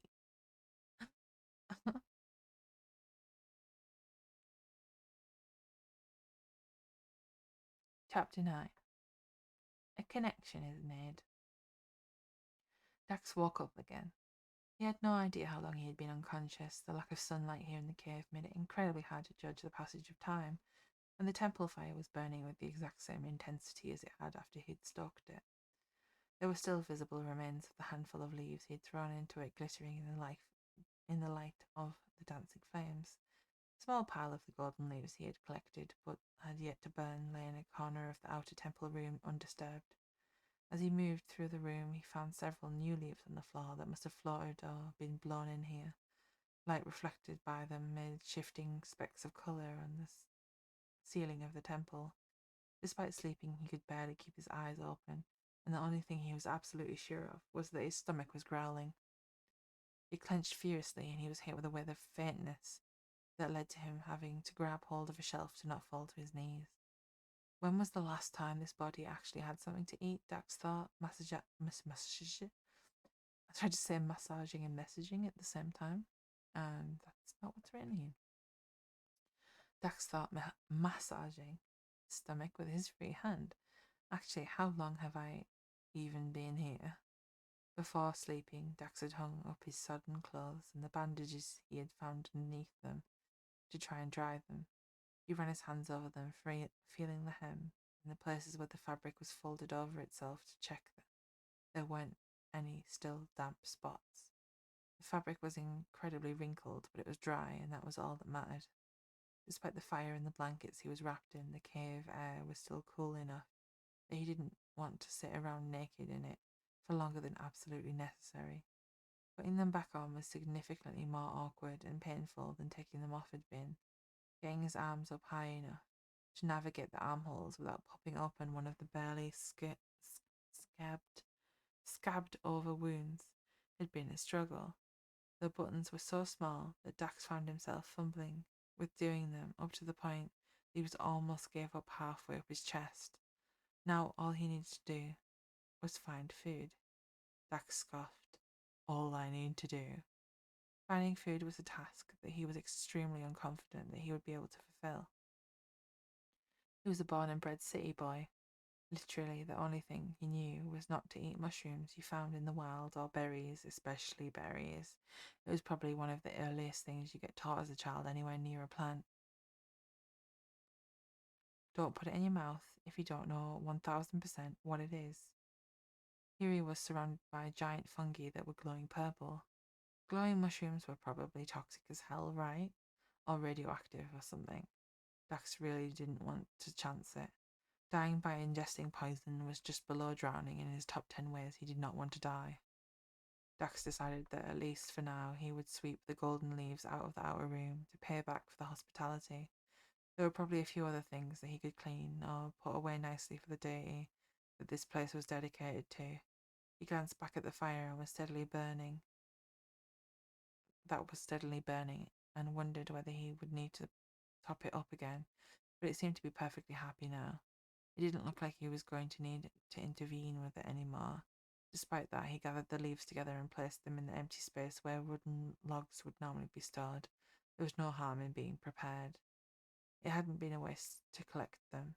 The leaves that had been scattered over the floor of the temple's outer room had to have blown in here. They had to. There was no other way that they could have ended up on the tiles without it. He'd searched the entire circumference of the cave before finding this place, and hadn't found even the smallest of cracks or holes where air could have entered the cave. There had been somewhere for the air to get in. There had to be somewhere for the air to get in here through, though otherwise the fire would have long burnt out. Do magic fires need oxygen? He thought to himself, only just realizing the danger of having lit a fire in what until just now he had thought to be an enclosed cave. Air was blowing in here from somewhere. It might be a tiny hole at the top, most layer of rock in the ceiling, but it meant that somewhere there was at least the very beginning of a way out. Excitement and relief started to flood his brain. It was going to be very hard, but now it didn't seem impossible. System connected. System connection to server repaired. Commencing download of patch 2.41.5. The mechanical voice of system chimed out, interrupting Dax's thoughts. What the fuck? Now you start a download? What the fuck? Just tell me what's going on. Help me get out of here. The words just burst out of Dax, fueled as they were by his frustration. The situation was only becoming more and more farcical. He started to try and actually do up the sleeve buttons on the robes he was currently wearing and tighten the sash at his waist, whilst he was waiting for System to actually be responsive. Looking at the clothes, they were fancy. He'd noticed it before, but now with System's own golden glow, he was able to actually appreciate the finer detail. These clothes were actually really fancy, he thought, as he took in the amount of work that had gone into making them. Each layer was constructed from a warm red linen and embroidered with leaves and golden thread, his outer layer having the highest density of stitches. Even if this had all been done by machine, the embroidery alone would have taken hours to complete. Someone had really splashed out a lot of cash on them. So shiny was the gold thread that Dax was concerned it was actual gold, and the water and subsequent wrinkling might have damaged it. Since he didn't want to get an infection and the wounds weren't actively bleeding, Dax balled up the bandages and stuffed them into the inner pockets. Wrapping a wound with dirty bandages seemed like a bad idea. They were covered in dark brown stains that glittered too in the firelight. It was interesting, but it was probably because of the dust from the leaves Dax had gathered, or the many ways in which light was being reflected and refracted inside of the outer room. His stomach growled again, and he seriously wondered whether he would starve to death before the system would finish its lengthy update. Right now its performance was so bad he almost expected the system to emit the beeps and static of a dial-up connection. Now that he was fully aware and his brain seemed to be functioning somewhat normally, Dax had the time to think about what had actually happened in the hours, days since his untimely death. The last thing that he remembered before waking up underwater was spilling the ramen. Well, technically, it was getting a huge electric shock after spilling the ramen and trying to save the keyboard, a keyboard that had probably also passed away. Am I dead? Dax remembered the system's speech about him being eligible for the second chance program. Second chance. That means his first chance was over. Fuck. There was a difference between knowing you died and knowing you died. He rushed out to the lake to see his reflection in the still water's surface. Dax fell over onto the gravel, shouting in pain at the sudden movement and weight he had placed on wounds that were barely scabbed over. Blood began seeping from the scratches on his palms, but he was too distracted to notice. Looking back up at him from the water was a face that was not his own. The skin, hair, and eyes were the same colour, but every facial feature was completely the wrong size and shape and in the wrong place. This face was thinner and covered with the same array of half-healed lacerations as the rest of the body. A pointier nose sat in the middle of it, complemented by thicker eyebrows, wider ears, and a rounder chin. It was someone else's face. Chimes sounded once more from a system before he had any real chance to react to this folly. A new copyrighted cheerful jingle played before the floating orb spoke to him again. Each note was carefully chosen and choreographed to infer feelings of warmth, familiarity, and comfort. Patch 2.41.5 download complete. Initializing. Welcome, it said. Dax's left eyebrow twitched uncomfortably. and he could feel his blood pressure rising. He looked in the vague direction of the sound. He looked in the vague direction of the sound was coming from and frowned. I feel like that sentence doesn't make sense. I have to change it. It seemed like he was finally going to get some answers. Mini theatre. Dax, you can put my spirit in another person's body, but your system repair and download is this slow. System. Do you know how hard it is to get a Wi-Fi signal through system? Got to do system's voice. System. Do you know how hard it is to get a Wi-Fi signal through several meters of solid rock? Dax snorts. System. I even bought a Wi-Fi booster with me. Wi-Fi booster. Wi-Fi signal low. System. See? Wi-Fi booster. Wi-Fi signal low. Wi-Fi signal low. Wi-Fi signal low. Wi-Fi signal low. Wi-Fi signal low. Wi-Fi signal low. Wi-Fi signal low. Wi-Fi signal low. Wi-Fi signal low. Dax eyebrow twitches dangerously. System. See, you think you had it bad. Returns Wi-Fi booster to internal storage. End of chapter 9. Chapter 10. Welcome again. The now reawakened system once again ran through its intro speech, seemingly oblivious to the fact he had already heard it all. Dax was, however, glad, as he felt like he hadn't been able to take in any of the information provided by it due to being semi-unconscious and chained up underwater. Thinking that you may be drowning at the bottom of a lake chained to a rock wasn't exactly the prime listening conditions. At least now he was dry and not in imminent danger of passing on. Welcome, customer. 1949621845187, says system in its robotic voice. Another puff of confetti was released from its golden orb, and most of that fell directly into the lake water, where it started dissolving rapidly. The display was significantly more impressive than the previous submerged experience. Dax marvelled at the shiny pieces of paper as they slowly fell towards the water and wondered just how much confetti was stored inside this orb thing. The water solubility is a nice environmentally friendly feature, Dax thought as he brushed some stray pieces out of his hair. At least System is conscious of its environmental impact. Though it definitely would have been funnier if rice had exploded out of it, as if they were a wedding that didn't care about birds. And here I put an author's note. Apparently, upon research, rice isn't actually dangerous to birds, but becomes a fall danger to humans, so don't throw it to stop birds exploding, but refrain so your elderly aunt doesn't end up with a broken hip. Currently, the system had manifested its being as a much larger golden orb than it had been earlier. This time it was roughly the size of a large navel orange, and it was still glowing softly. Dax's stomach growled again, but it was interrupted by the continuance of the AI's speech. Congratulations, Dax Moonfield. You have been identified as a person who died before your destined time. You have been judged to qualify for our second chance program. Second chances. This was the part of the speech that had freaked him out the first time, and even now was a little disturbing. You have been assigned to the body of someone who died with an unfinished destiny. The system continued, swaying gently from left to right in what seemed to be an attempt to soothe him. It wasn't working.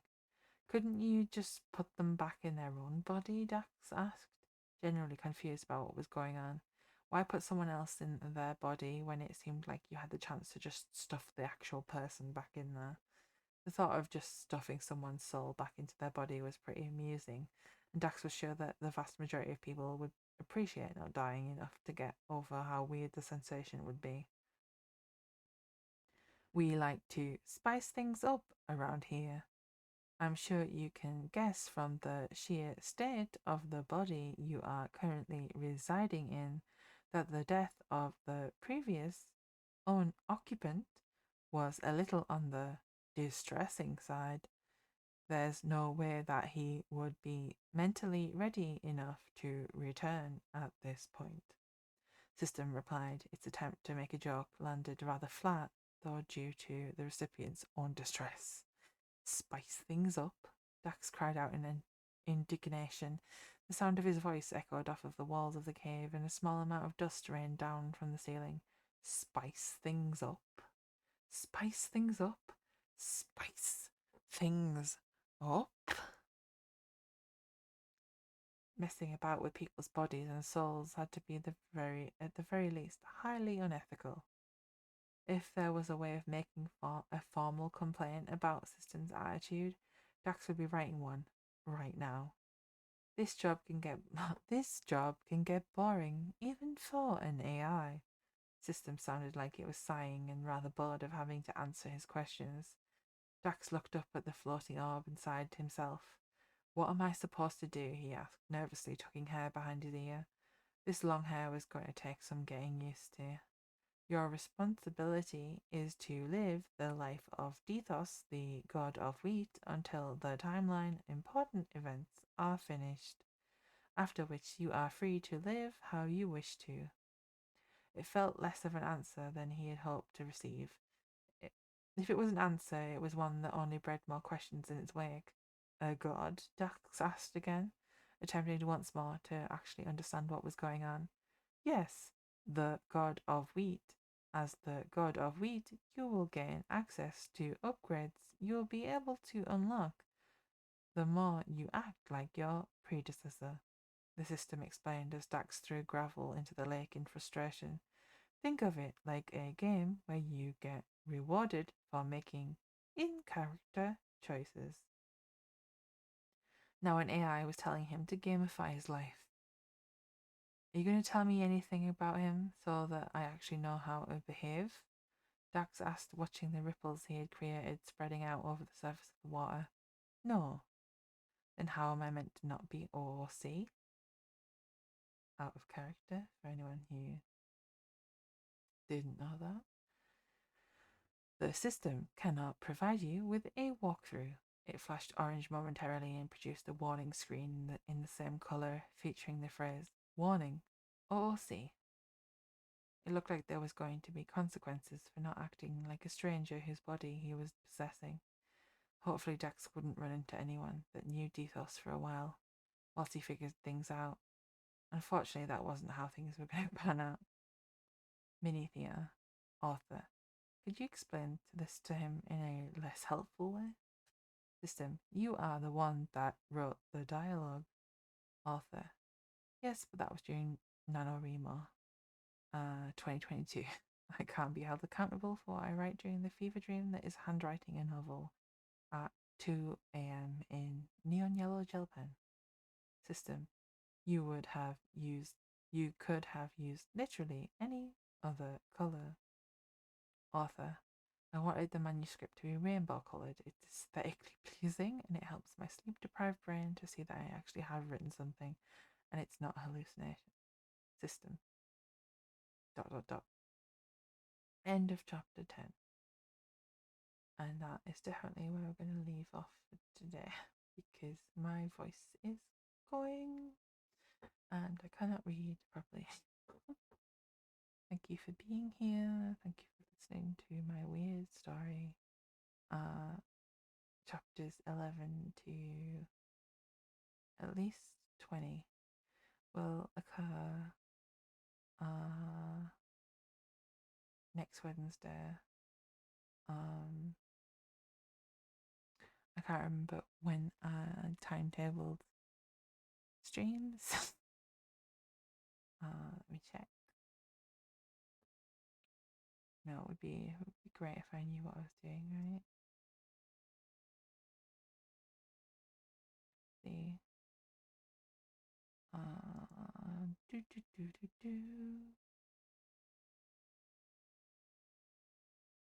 Let's check that.